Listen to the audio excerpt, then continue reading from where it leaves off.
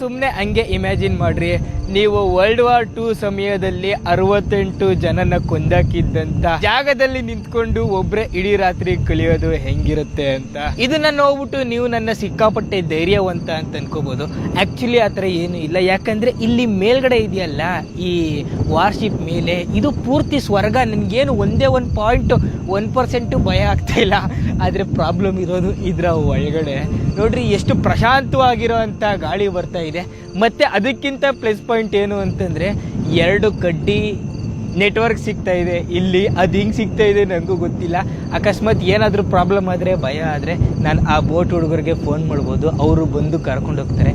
ಆದರೆ ಪ್ರಾಬ್ಲಮ್ ಏನು ಅಂತಂದರೆ, ನಾನು ಈಗ ಫೋನ್ ಮಾಡಿದ್ರೆ ಅವರು ಅಲ್ಲಿಂದ ಬಿಟ್ಟರೆ ಇಲ್ಲಿಗೆ ತಲುಪಕ್ಕೆ 2 ಗಂಟೆ ಬೇಕು.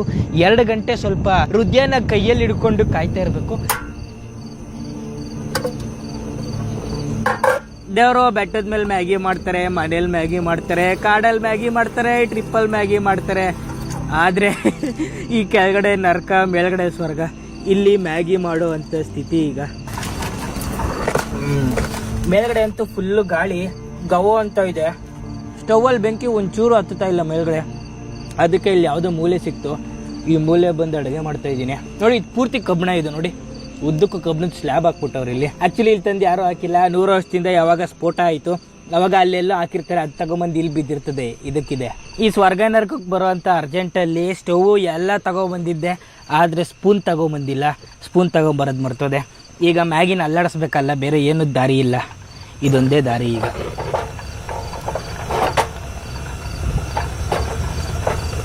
ನೋಡ್ರಿ ದೇವರು, ಪೂರ್ತಿ ಸುತ್ತ ಕತ್ಲೆ ಆಗ್ಬಿಟ್ಟಿದೆ. ಎಲ್ಲ 4 ದಿಕ್ಕಲ್ಲೂ ಮೌನ ಆವರಿಸ್ಬಿಟ್ಟಿದೆ. ಈ ಮೌನದ ಮಧ್ಯ ಬಿಸಿ ಬಿಸಿ ಆಹಾರ ತಯಾರಾಗಿದೆ. ಮತ್ತೆ ನಿಮ್ಗೆ ಹೇಳ್ಬೇಕು ನೋಡಿ, ಇಲ್ಲಿ ಅಮೆರಿಕದವರು 600 kg TNT ಸ್ಫೋಟ ಮಾಡಿದ್ರಲ್ಲ, ಆ ಸ್ಫೋಟ ಮಾಡಿದಾಗ ಆಗಿರುವಂತಹ ಡ್ಯಾಮೇಜ್ ಇದು. ಅಮೆರಿಕದವರು ಇಲ್ಲಿ ಸ್ಫೋಟ ಫಿಕ್ಸ್ ಮಾಡಾದ್ಮೇಲೆ ಕರೆಕ್ಟಾಗಿ ಇಲ್ಲಿ ಕಾಲ್ ಭಾಗ ದಾರಿಗೆ ಹೋಗ್ಬಿಟ್ರು. ಇಲ್ಲಿ ಇಟ್ಟು ಅಲ್ಲಿ ಅರ್ಧ ಗಂಟೆ ಆದ್ಮೇಲೆ ಇಲ್ಲಿ ದೊಡಂ ಒಳಗಡೆ ಅಡ್ಗಿ ಕೂತಂತ 68 ಜಪಾನ್ ಸೋಲ್ಜರ್ಸು. ಗೋವಿಂದಾಯ ನಮಃ.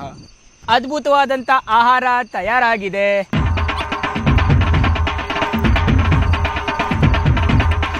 ಆಹಾ, ಅದ್ಭುತ.